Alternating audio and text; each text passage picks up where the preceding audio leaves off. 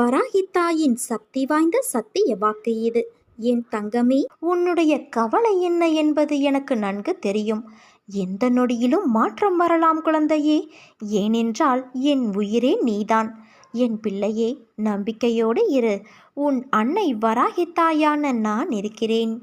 கூடிய விரைவில் உன் இல்லத்திற்கு நான் வரப்போகிறேன். நான் வரக்கூடிய நேரம் அனைத்து கஷ்டங்களும் அனைத்து துன்பங்களும் உன் இல்லத்திலிருந்து விலகி செல்வ செழிப்பும் உன் இல்லத்தில் தங்கப் போகிறது. அதனால் எதையும் நினைத்து கலங்காமல் தைரியமாக இரு என் குழந்தையே. என் பக்தனுக்கு பொறுமை மிக அவசியம், நம்பிக்கையும் அவசியம். நீ என் மீது நம்பிக்கை இழக்காமல் பொறுத்திரு. உனக்காகவே நான் உன் சுமைகளை தாங்கிக் கொண்டு இருக்கிறேன். எதுவாக இருந்தாலும் என்னிடம் சொல்லிவிடு, அதை நான் பூர்த்தி செய்வேன். உனக்கு பிறவியிலேயே உதவும் மனம் உண்டு. எப்போதும் ஓடி ஓடி உதவுவாய். ஆனால் உன் கஷ்டங்களை பங்கு போட யாருமே முன் வரவில்லை. அப்படி இருந்த போதிலும் உன் எண்ணங்கள் மாறவில்லை. ஏனென்றால் ரசித்து ரசித்து உன் வாழ்க்கையை நீ வாழ்ந்து கொண்டிருக்கிறாய் குழந்தையே. வாழ்க்கையில் அனைத்தும் கிடைத்தும் அனுபவிக்க முடியாமல் அனைத்தையும் இழந்து மீண்டும் ஏறி வந்த பாதையை தேடி வந்திருக்கிறாய். உன் விடாமுயற்சி, குறிக்கோள்கள், இடைவிடாது நீ வினவும் என் நாமம், என்னை பற்றி முழுமையாக எடுத்துரைத்தல், இப்படி பல செயல்களை நீ செய்து கொண்டிருக்கிறாய். எந்த சூழ்நிலையிலும் நீ கவலைப்படாதே. உன் பூர்வ ஜென்ம சாபக்கேடுகள் இப்போது அனைத்தையும் நான் விலக்கிவிட்டேன். நீ இழந்த அனைத்தும் மீண்டும் உன்னை தேடி வரும். வாழ்க்கையில் உள்ள அனைத்திற்குமே இரு வழிகள் இருக்கும். அப்படி இருக்கையில் உன் பிரச்சனைக்கான காரணங்களும் அது வந்த வழியையும் நான் அறிவேன். வந்த பிரச்சனை என்றுமே நிலைக்கப் போவது இல்லை. அப்படி இருக்கையில் நிலையில்லாமல் இருக்கும் விஷயத்திற்கு ஏன் உன் பொக்கிசமான நேரத்தை நீ தொலைத்து கொண்டு இருக்கிறாய்? அவைகள் வந்த வழியிலேயே செல்லப்போகிறது. ஆனால் அவைகள் உன் மனதில் ஏற்படுத்திய பக்குவம், அனுபவம், எப்படி நடந்து கொள்ள வேண்டும் என்ற பாடம் என எல்லா நல்ல விஷயங்களையும் உனக்கு புகட்டியுள்ளது. ஒரு குழந்தை எழுந்து நடக்க பயிலும்போது 1000 முறை கீழே விழும். ஆனால் கடைசியில்தான் தன் காலை ஊன்றி நடக்கும். அவற்றைப் போலத்தான் நீயும் கீழே விழலாம். ஆனால் அது எழுந்து நிற்பதற்கு என்பதை புரிந்து கொள். எந்த சூழ்நிலையிலும் தைரியத்தை கைவிடாதே.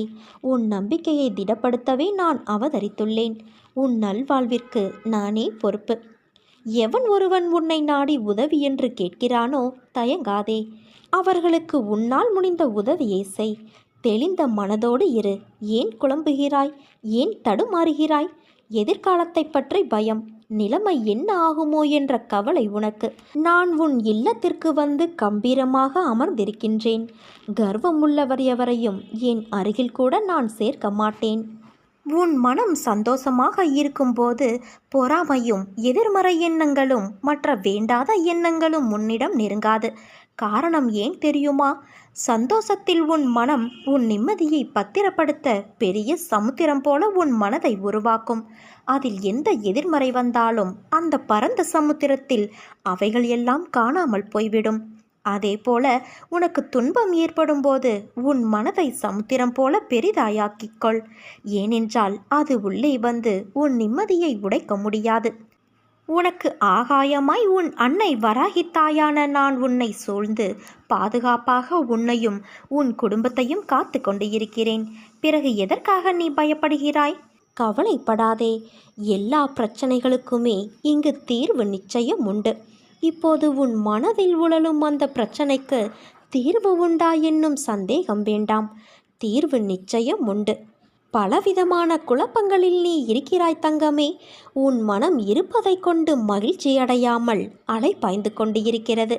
கவலைகளுக்கு இடம் கொடுக்காதே. எதற்கெடுத்தாலும் உனக்கு பயம். உன்னை ஒருவன் அவதூறாக பேசுகிறான் என்றால் நீ எதன் மீது உறுதியாக இருந்தாயோ அதை கண்டு அவனுக்கு பயம். அதற்காக நீ தோற்று போய்விட்டதாக அர்த்தமில்லை. அவனுக்கு தெரியாதல்லவா நீ ஜெயித்து கொண்டு இருக்கிறாய் என்று. எத்தனை முறை அவமானங்களை சந்திக்க நேர்ந்தாலும் மனம் தளராதே. அதை எதிர்கொள்ள முயற்சி செய். இறுதியில் ஜெயிக்கப் போவது நீயாகத்தான் இருப்பாய். ஒவ்வொரு நாளும் ஒவ்வொரு நாளிகையும் பொன் போன்றது. அதை தேவையான எண்ணங்களுக்கு மனதில் இடம் கொடு. தேவையற்ற எண்ணங்களை தவிர்த்துவிடு. உனக்காகவே அவதரித்தவள் உன் அன்னையான நான். உன்னை நல்லபடியாக உயர்த்த உனக்காகவே பாடுபட்டு கொண்டு இருக்கிறேன். தயவு செய்து நான் உன்னோடு இருப்பதை நீ உணர்ந்து கொள். நான் வருவதற்கு முன்பும் வந்ததற்கு பிறகும் நடந்து கொண்டு இருப்பதை உணர்ந்து கொள் தங்கமே. உன்னை எப்படி நான் கைவிடுவேன்? ஆனால் நீயோ என்னை தேடி அங்கும் இங்கும் அலைந்து கொண்டு இருக்கிறாய். சண்டை சச்சரவுகள் இல்லை என்றால் நீ வாழும் வாழ்க்கைக்கு அர்த்தமே இருக்காது. சரியான நேரத்தில் நான் உன்னிடம் வந்திருக்கிறேன். கவலைப்படாமல் இரு. இன்றும் உன்னை வழி நடத்தி கொண்டு நான் இருக்கிறேன். அதை நீ புரிந்து கொள். அப்போது நான் இருப்பதை நீ உணர்ந்து கொள்வாய். உன் அன்புக்காக உன்னை தேடி நான் வந்து அமர்ந்து கொண்டு இருக்கிறேன். யார் மீதும் தப்பு இல்லை.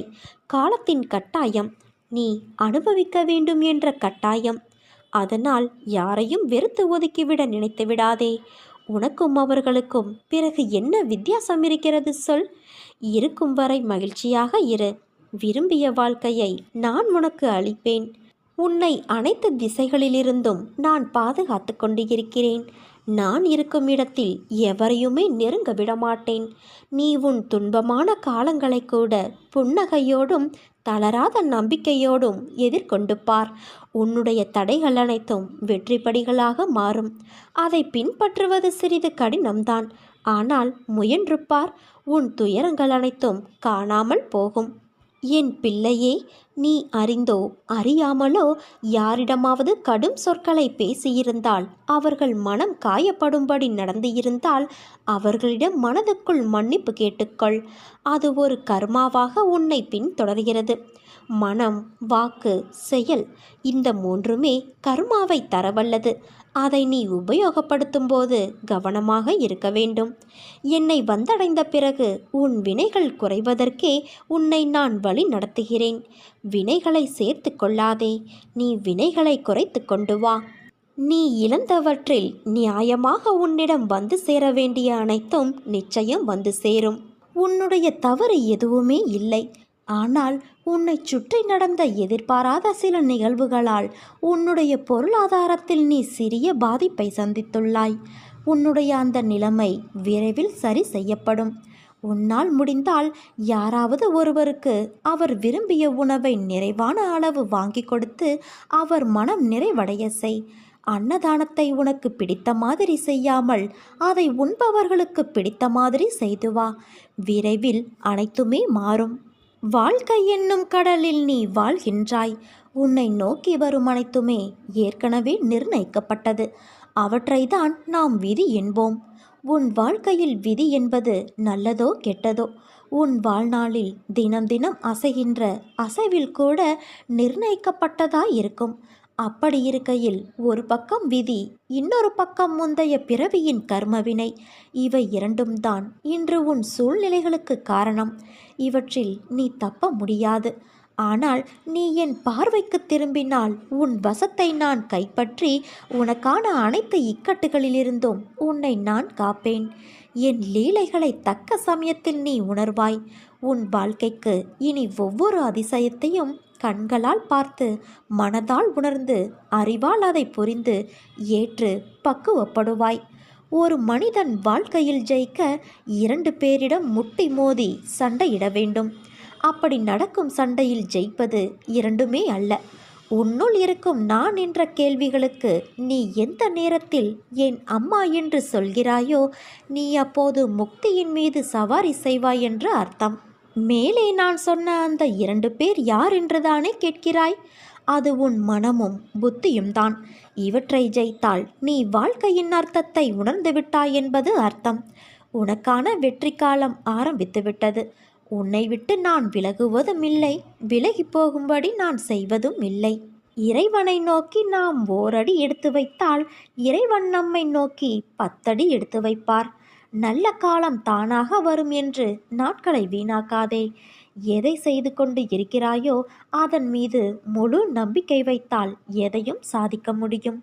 நாம் எவ்வளவு நன்மைகள் செய்தாலும் சுயநல உலகம் என்ன பெரிதாய் செய்துவிட்டாய் என்று நம்மிடம் கேட்கும். நீங்கள் நினைத்த வேலை நடக்க பிறர் உதவியை எதிர்பார்த்து நேரத்தை வீணடிக்கக்கூடாது. நீங்களே செயலில் இறங்குங்கள். உங்களது வாழ்க்கை எப்போதும் நிறைவாக இருக்கிறது என்று எண்ணிப்பார். இதை உன் மனதில் பதிய செய்துவிடு. வாழ்க்கையில் எப்போதும் நிறைவை பற்றியே சிந்திப்பதால் உண்மையான நிறைவான வாழ்க்கையை பெற்றுவிட முடியும். மகிழ்ச்சியாக வாழ்வதற்கு 1000 உறவுகள் தேவையில்லை. நம்மை உண்மையாக நேசிக்கும் நல்வழியில் இட்டு செல்லக்கூடிய ஒரு உறவு கிடைத்தாலே போதும். நம்மை பற்றி இடையில் யார் எது சொன்னாலும் கட்டாயம் அவன் செய்திருக்க மாட்டான், சொல்லியிருக்க மாட்டான் என்று உறுதியாக நம்புபவர்களே உண்மையான உறவுகள். எதையும் சரியாக தேர்ந்தெடுக்க தவறினால் அனுசரித்து போவதைத் தவிர வேறு வழி இல்லை. வாழ்க்கையில் நாம் எதிர்நோக்கும் துன்பங்கள் நம்மை புண்படுத்துவதாக நினைக்கக்கூடாது. அவை நம்மை பண்படுத்துவதாகவும் கூட இருக்கலாம். நீ நம்பிக்கையோடு இரு, நல்லதே நடக்கும்.